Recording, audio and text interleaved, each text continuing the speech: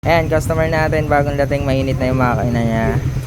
Habang mainit pa yung makina, paparinig natin sa inyo kung ano ba yung sipol na naririnig pag ang problema water pump oil seal.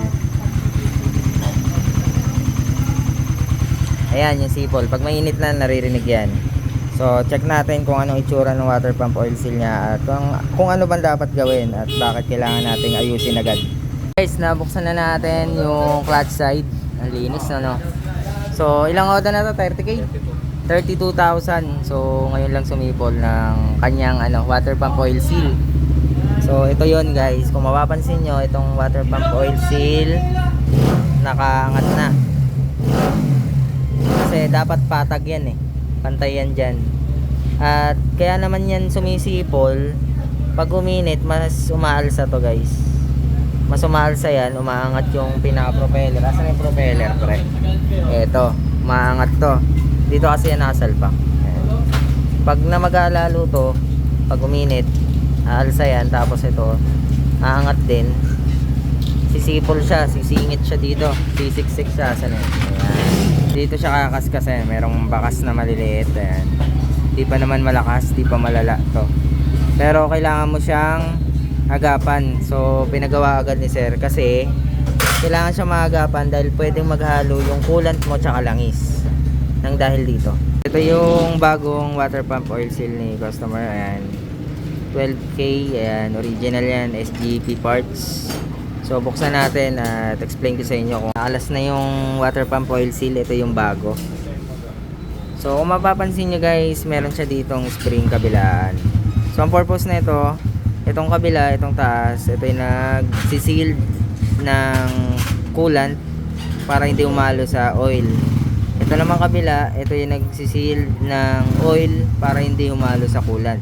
Kung alin dyan yung masira, yun yung hahalo. Halimbawa na lang, ito yung madalas na nasisira. Itong sa taas or para sa coolant, ito yung madalas.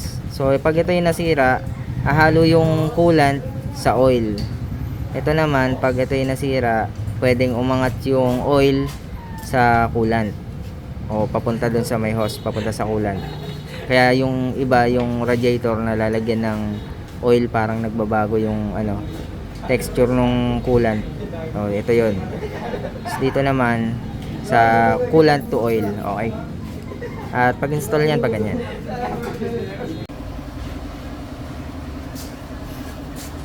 Yan, salpak. Tirahin mo, Bin. Ang si Edwin nga pala, mechanic natin for today's video. Alright, push mo pa konti. Okay na.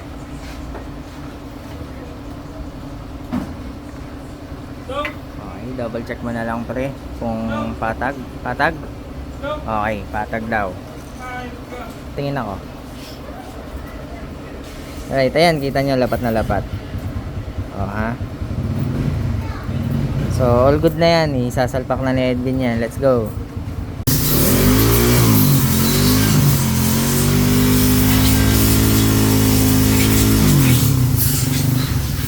Ayan, all good na.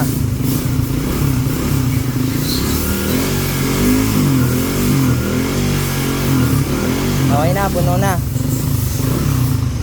Ayan, obserbahan na lang kung sisipol ulit para sigurado. Papaikutin natin yung pan, tapos nun obserbahan kung sisipol. Pagka hindi, okay na yan, all good na yan. Alright, yan, so observation, all good na. At sasara na lang pati mga kaha. Yan, all set na to guys. Magbabayad na lang at maraming salamat sa panonood. Ciao.